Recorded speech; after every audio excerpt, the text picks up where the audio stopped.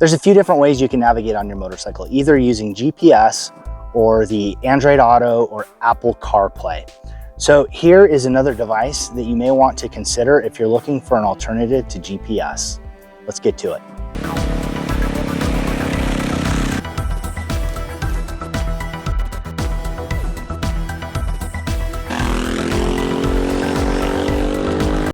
Hey, how's it going? Welcome to my channel.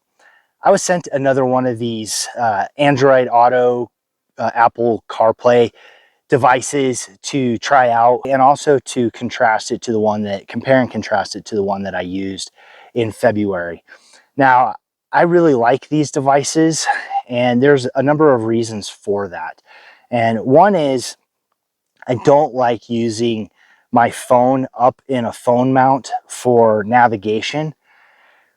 Partly because the vibrations will tear a phone up after a period of time. And the second, if you get one of those vibration dampening mounts, they're really expensive. And then you have to buy a case that only fits one phone. And I usually only get about 2 years out of my phone, and then I'm having to replace cases all the time. Where these devices, it's phone independent. You can hook up any phone to it, which is really, really awesome. The other thing that I really like about this is my phones, they always overheat when they're in a mount. I'm pretty sure in a quad lock mount that when you're running 110, 112 degree temperatures like I was today, your phone's going to overheat. And I can tell you, in those temperatures, this device was perfectly functional the entire time and never overheated, which was a great test because I'm always curious to know if these devices, like our phones, overheat. It did not. Now, there are a couple of things that did happen. Is this device disconnected from my phone a couple times, but I have had that problem on my other device with this particular phone. I think I'm using a Samsung S10. It's a really old phone, and it's starting to have some issues. So I think the disconnecting was because of that. The other reason I like these over GPS units is you never have to worry about updating this. Your phone does all that. As long as your phone maps are up to date, then whatever you see here will work perfectly. I also like that I can control music from here pretty easily. This device also has a remote with it. If you want to take calls or end calls, the remote does that for you, or turn the device on or off, the remote does that for you as well. But I am not using it. This particular device also has tire pressure monitoring. I have not put those on yet. I will test those on the remainder of my trip. I have rubber valve stems, and I have seen comments that rubber valve stems aren't great for adding weight on the end like a pressure monitoring system. So I'm going to wait probably towards the end of my trip home before I put those on and test them out, just in case there's anything that happens. My biggest concern is with the rubber valve stems that I have is that you're going to get a little bit of vibration, and over time that vibration is going to wear through the valve stem. So for now, I'm not going to use those. But if you have, like if you're using tubes or you have a metal valve stem, be perfect for the pressure monitoring system. And my experience with the pressure monitoring systems is it's great for knowing if your tire pressures are low, but it doesn't temperature compensate. A good quality tire pressure monitoring system will compensate for temperature. As you're riding and your tire heats up, you're going to see the pressure of the tire go up based on temperature.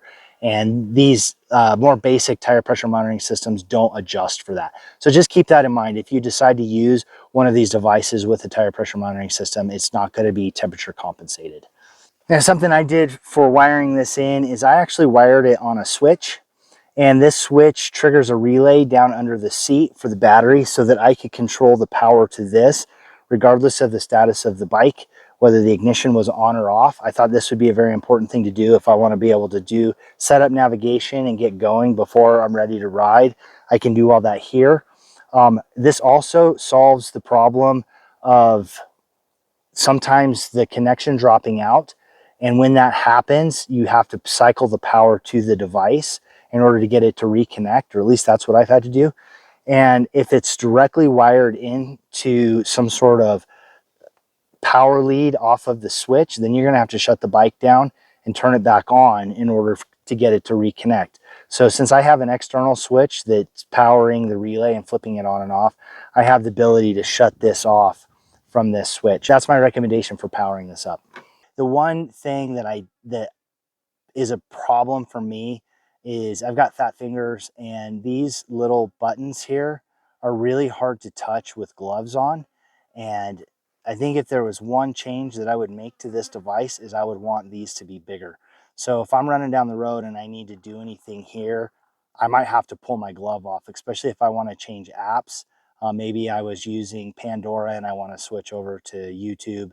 I may end up just having to pull over. Or if I was using Google Maps and maybe I'm getting on a BDR and I want to switch over to Gaia, getting to that from this menu here is really hard.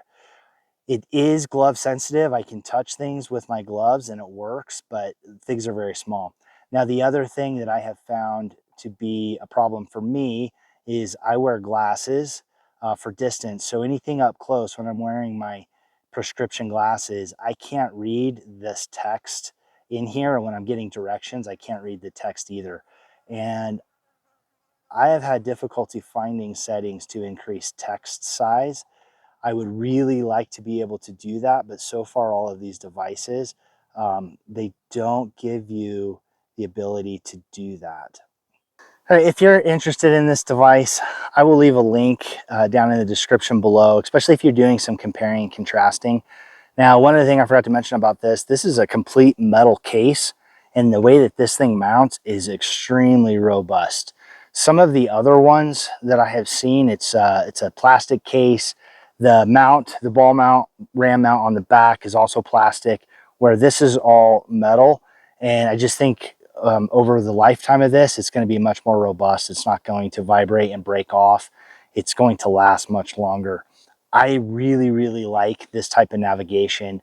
My biggest issue now is trying to keep my phone cool. And in 112-degree temperatures, that is a problem. But as far as this thing goes, works perfectly. A few final comments on this navigation system. It came with the tire pressure monitoring, valve stems, valve caps that I talked about earlier and why I wasn't using those. I went ahead and tried to put these on and get them paired up, but the batteries were dead. They take a 1632 lithium battery. I think it's about $10 or $12. I live out in the country. It's a 20+ mile drive to get in somewhere that's going to have these. So I wasn't planning to use them, so I didn't bother putting it together.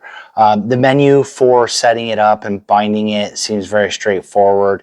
It shouldn't be a big deal if you decide you want to use these. Again, I recommend having metal valve stems. I wouldn't use it on rubber valve stems if you have tubeless wheels. I just think that over time, these will vibrate through. The other note on this device is I was riding through central Nevada area, the extraterrestrial road, somewhere around Area 51, and there is very limited cell service out there. So keep in mind, this is not like a traditional GPS. Your navigation is going to be as good as the app that you're using on your phone.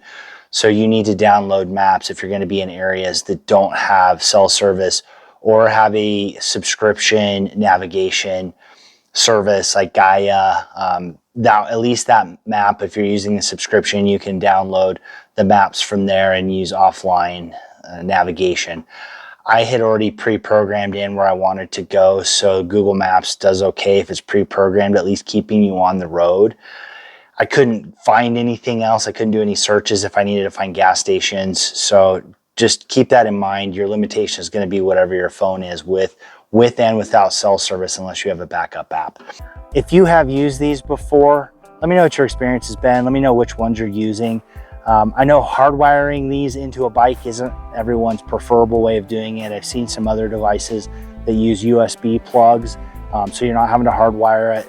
If you have one of these devices and you're hardwiring it, let me know what your experience is. If you're using a USB, let me know what your experience is. Anyway, thanks for watching. Get out, do some riding, ride safe, and I will see you out there. Oh man, I am a disaster. I have not thought about this at all.